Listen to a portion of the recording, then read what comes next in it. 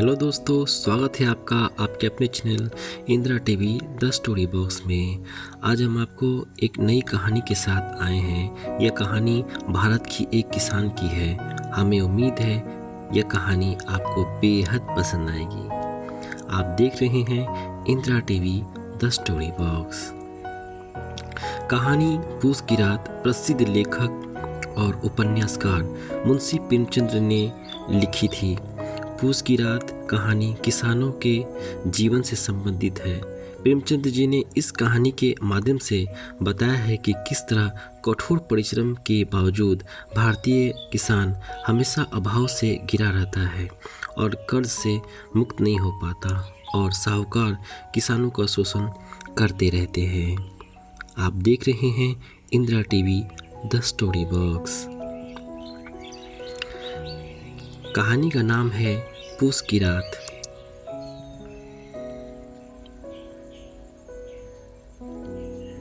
पूस की रात कहानी ग्रामीण जीवन से संबंधित है। इस कहानी का नायक हल्कू मामूली किसान है। उसके पास थोड़ी सी ज़मीन है जिस पर खेती करके वो गुजारा करता है, लेकिन खेती से जो आय होती है वह ऋण चुकाने में निकल जाती है। इस कहानी में कुल 4 पात्र आते हैं। हल्कू किसान, उसकी पत्नी मुन्नी, सहना जो कर्ज वसूलने आता है और हल्कू का पालतू कुत्ता जबरा। तो आइए इस खूबसूरत कहानी की शुरुआत करते हैं। हल्कू ने घर आकर अपनी पत्नी मुन्नी से कहा, घर में जो रुपए रखे हैं उसे ले आओ। सहना आया है, उसे दे देता हूँ ताकि इस कर्ज से पीछा छूटे। बारांदे में झाड़ू लगा रही मुन्नी ने पलटकर गुस्से से हल्कू को देखा और बोली, 3 रुपए ही तो बचे हैं घर में, अब वो भी सहना को दे देंगे तो माघ पूस की करकराती ठंड रात खेत में कैसे कटेगी। सहना से कह दो अभी पैसे नहीं है, फसल काटने पर दे देंगे। हल्कू थोड़ी देर तक चुप खड़ा रहा और सोच में पड़ गया कि मुन्नी की बात भी सही है। कंबल के बिना ठंड काटना मुश्किल हो जाएगा।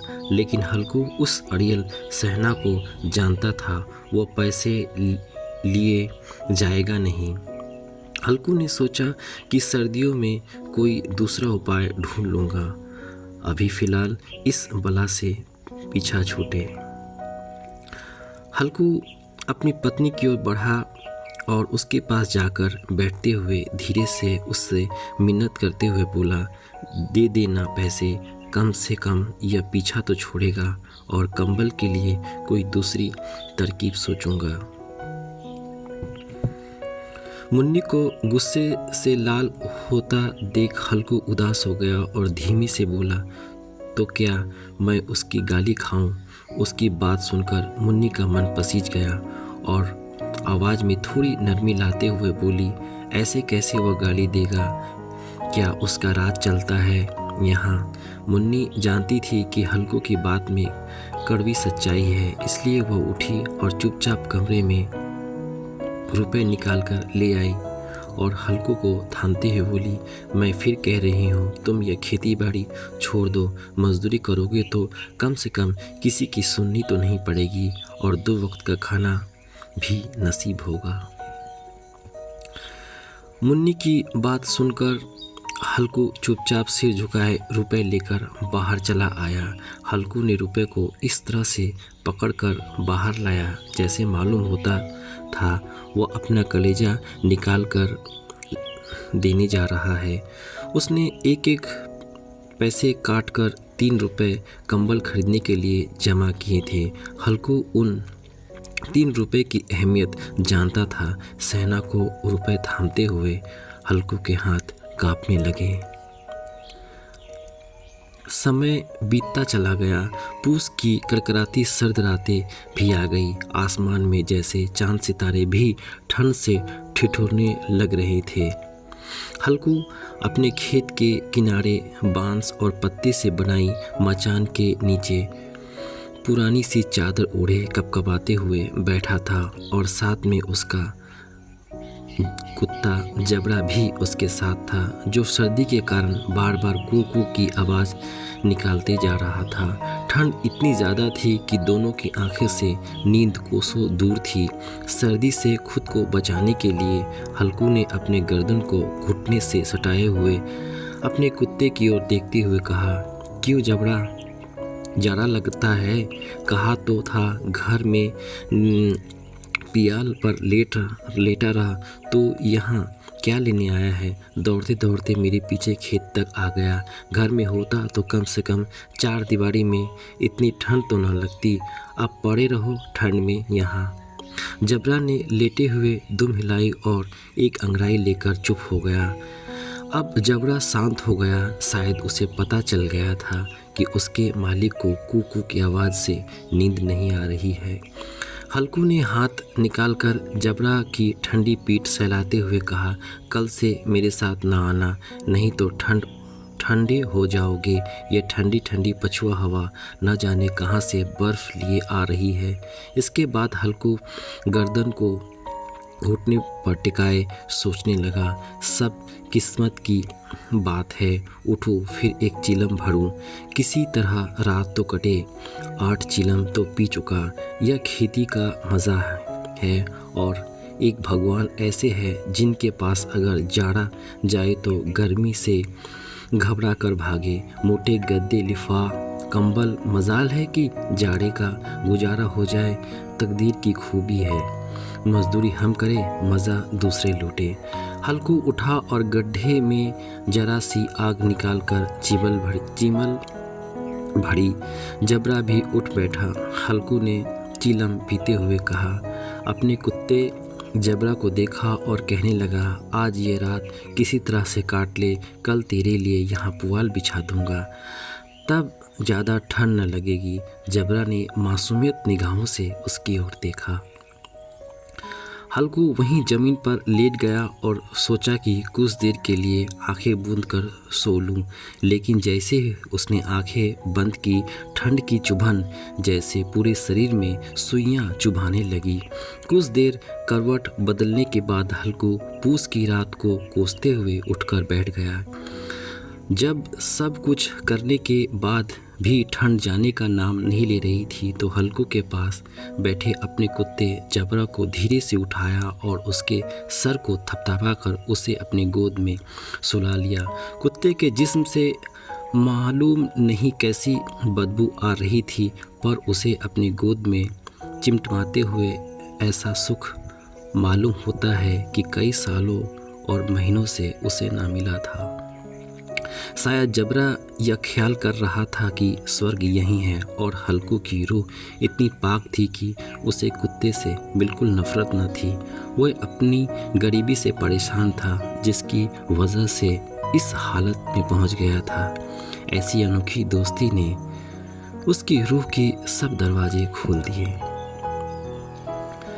ऐसे ही रात का 1 और घंटा बीत गया और ठंड कम होने का नाम नहीं ले रही थी। हल्कू उठकर बैठ गया। दोनों हाथों से टांगों को कसकर पकड़े हुए घुटने पर सिर टिकाकर बैठा था। ठंड में हल्कू को लगा कि जैसे उसका खून जम गया हो और बेबसी से बस सुबह होने का इंतज़ार करने लगा। हल्कू के खेत के सामने ही आम का एक बड़ा सा बाग था, जिसे देखकर वो सोचने लगा कि पतझड़ शुरू हो चुकी है और ज़रूर इन पेड़ों से पत्तियां झड़ी होगी, तो क्यों ना इसके सूखे पत्ते लाकर ढेर तक आग सेक लूं। हल्कू ने सोचा कि वह पत्तियां उठाने तो चला जाए, पर कहीं रात के अंधेरे में उस पर कोई जानवर हमला न कर दे और उसे ऐसा देखकर कोई भूत न समझ ले। वह सूखे पत्ते को समेटने की वह आवाज़ और ठंडी हवा के झोंकों से आ रही पेड़ों की सरसराहट हल्कू को डरा रही थी। ठंड में नंगे पांव पर कंकड़ तो मानो तीर की तरह चुभ रहे थे। उन सब से ध्यान भटकाते हुए हल्कू ने जबरे से बात करना शुरू कर दिया। कहने लगा, लग रही है ना तुझे भी ठंड? बस थोड़ी सी पत्तियां और इकट्ठा कर लेते हैं, फिर दोनों खूब आग सेकेंगे। हल्कू जितनी पत्तियां समेट सकता था समेट लिया और मचान की ओर चल पड़ा। मचान में आने के बाद हल्कू ने जमीन में आग लगा दी और बाग में इकट्ठा की गई पत्तियां धू धू कर जलने लगी। थोड़ी देर में अलाव जल उठा। उसकी लौ ऊपर वाले पेड़ की पत्तियों को छू छू कर भागने लगी। इस हिलते डुलते रोशनी में बाग के आलीशान पेड़ ऐसे मालूम होते थे कि इस अंधेरे के अंतिम छोर को वे अपने गर्दन पर संभाले रखे हों। पत्तियां जल चुकी थी। बगीचे में फिर से अंधेरा छा गया। राह के नीचे कुछ आग बाकी थी, जो हवा के झोंकों आने पर ज़रा जग उठती थी, पर एक लम्हा में फिर आंखें बंद कर लेती थी। हल्कू ने फिर चादर ओढ़ ली और गर्म राख के पास बैठा हुआ एक गीत गुनगुनाने लगा। उसके जिस्म की गर्मी आ गई थी, पर जो सर्दी बढ़ती जाती थी उसे सुस्ती दबा लेती थी। पास पड़ी लकड़ी से उसे कुरेदने लगा ताकि उसके शरीर को कुछ तो गर्माहट मिले। तभी अचानक जबड़ा जोर जोर से भौंक कर खेत की तरफ भागा। हल्कू को ऐसा मालूम हुआ कि जानवर का एक गोल उसके खेत में आया है। शायद नील गाय का झुंड है। उनके कूदने और दौड़ने की आवाज़ साफ कान में आ रही थी। फिर ऐसा मालूम हुआ कि खेत में चर रही है। उसके दिल में कहा कि जबड़ा के होते हुए कोई जानवर खेत में नहीं आ सकता। उसने ज़ोर से आवाज़ लगाई, जबड़ा जबड़ा जबड़ा।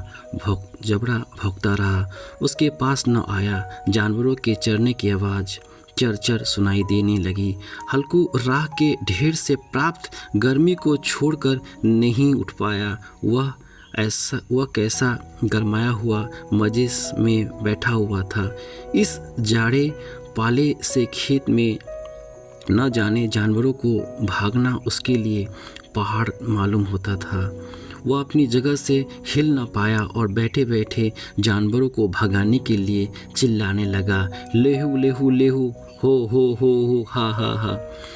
जबड़ा खेत के पास भौंकता रहा और हल्कू उस राख के ढेर के पास सिकुड़ कर बैठा रहा, जैसे उसे किसी ने जकड़ रखा हो। नील गाय के झुंड ने देखते ही देखते पूरे खेत को तहस नहस कर दिया। हल्कू उसी राख के ढेर के पास चादर ताने सो गया और जानवरों के जाने के बाद जबड़ा भी हांफता हुआ हल्कू के पास आकर बैठ गया। सुबह जब हल्कू की आँख खुली तो दिन चढ़ आया था और धूप निकल आई थी। सामने बैठी मुन्नी उसे गुस्से से घूरते हुए जोर जोर से कह रही थी, दिन भर सोए रहोगी क्या? उठ कर देखो तो सही, नील गायों के झुंड ने पूरी फसल का क्या हाल कर दिया है। अब हम क्या करेंगे? तुम्हारे रात में खेत में होने का क्या फ़ायदा? सारा खेत का सत्यानाश हो गया। भला ऐसा कोई सोता है? मुन्नी को चुप होते न देख हल्कू धीरे धीरे उठा और उससे पूछा, क्या तुम खेत से होकर आ रही हो? क्या सच में हमारी पूरी फसल तबाह हो गई है? मुन्नी ने गुस्से से जवाब देते हुए कहा, हाँ, सब कुछ खत्म हो चुका है, हम तबाह हो चुके हैं। हल्कू जानता था मुन्नी ऐसे चुप न होगी। उसने बहाना बनाते हुए कहा, तुम्हें तो खेत की पड़ी है, मैं यहाँ रात में मरते मरते बचा हूँ। रात के अंधेरे में सीने में इतना तेज दर्द उठा कि मैं हिल न पाया। यह तो मैं ही जानता हूँ कि दर्द के साथ कड़कड़ाती ठंड के बीच रात कैसे काटी। हल्कू की बात सुनकर मुन्नी कुछ ना बोली। फिर दोनों खेत के पास आ गए और बुरी तरह रौंदे हुए खेत को देखने लगे। खेत की दुर्दशा देखकर मुन्नी के चेहरे पर उदासी छा गई और मन ही मन सोचने लगी कि अब गुजारा कैसे होगा। पर हल्कू के चेहरे पर एक अलग शांति थी। मुन्नी ने चिंता जताते हुए हल्कू से कहा, लगता है अब मजदूरी करके ही दिन काटनी पड़ेगी। हल्कू ने चेहरे पर हल्की सी मुस्कान बिखेरते हुए कहा, चलो हम कम से कम इन सर्दियों में यहाँ नहीं सोना पड़ेगा। कहानी से सीख, मजबूरी में इंसान को कई बार ना चाहते हुए भी कठिन फैसले लेने पड़ते हैं जो हमारे भविष्य को प्रभावित कर सकते हैं। हमें हर परिस्थिति के लिए तैयार रहना चाहिए।